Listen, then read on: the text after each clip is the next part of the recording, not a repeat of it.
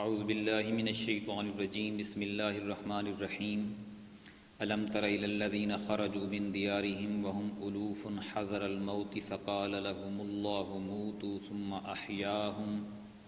ان اللہ لذو فضل علی الناس ولکن اکثر الناس لا یشکرون وقاتلوا فی سبیل اللہ واعلموا ان اللہ سمیع علیم من ذا الذی یقرض اللہ قرضا حسنا فیضاعفہ له اضعافا کثیرا واللہ یقبض ویبسط والیہ ترجعون صدق اللہ العظیم۔ سامعین کرام، سورۃ البقرہ کی 3 آیات میں نے آپ کے سامنے تلاوت کی ہیں، 243 سے لے کر 245 تک۔ تینوں آیات میں 3 ہی مضمون ہیں۔ پہلی آیت میں یہ ہے کہ تذکرہ اللہ تعالیٰ نے بنی اسرائیل کا کیا ہے کہ ان کا ایک گروہ موسیٰ علیہ السلام کی زندگی میں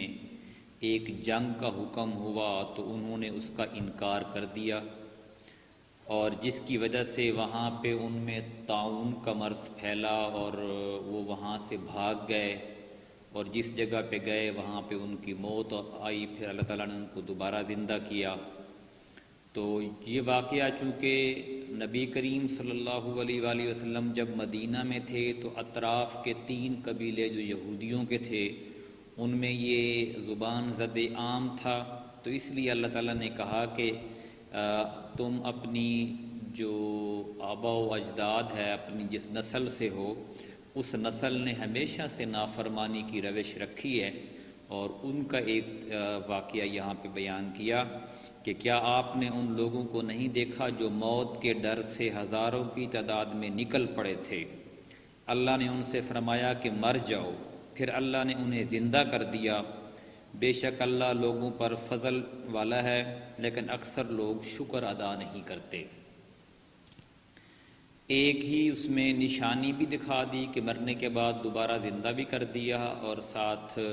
ان کو سزا بھی دے دی کہ انہوں نے اللہ کے حکم کی اللہ اور اس کے نبی کے حکم کی نافرمانی کی۔ دوسری بات یہ کہ ظاہر ہے اسلام کی سربلندی ہو یا کسی بھی دین کی سربلندی ہو، کسی بھی سیاسی سربلندی ہو، اس کے لیے انتھک کوشش اور محنت کی ضرورت ہوتی ہے جو اس کو نافذ کرنے والی جماعت کرتی ہے۔ اس انتھک کوشش اور محنت میں ایک حصہ بعض اوقات قتال کا بھی ہوتا ہے کہ مخالفین کے ساتھ لڑائی لڑنی پڑتی ہے، اور اس میں قتل ہوتے بھی ہیں اور قتل کرتے بھی ہیں۔ تو قتال جو ہے وہ جہاد کی ایک قسم ہے، اور فرمایا اللہ کی راہ میں قتال کرو اور جان رکھو کہ بے شک اللہ خوب سننے والا اور جاننے والا ہے۔ یہ مدینہ منورہ میں یہ آیت نازل ہوئی، اور اس وقت جنگ کے جو احکامات تھے، قتال کے احکامات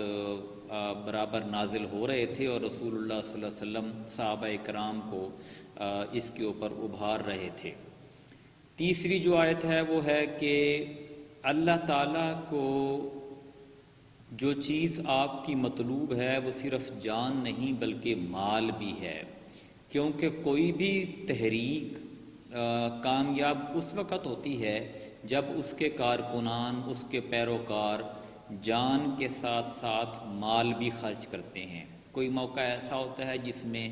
مال خرچ کرنا کا زیادہ اثر ہوتا ہے، اور کسی موقع پہ جان دینے کا زیادہ اثر ہوتا ہے۔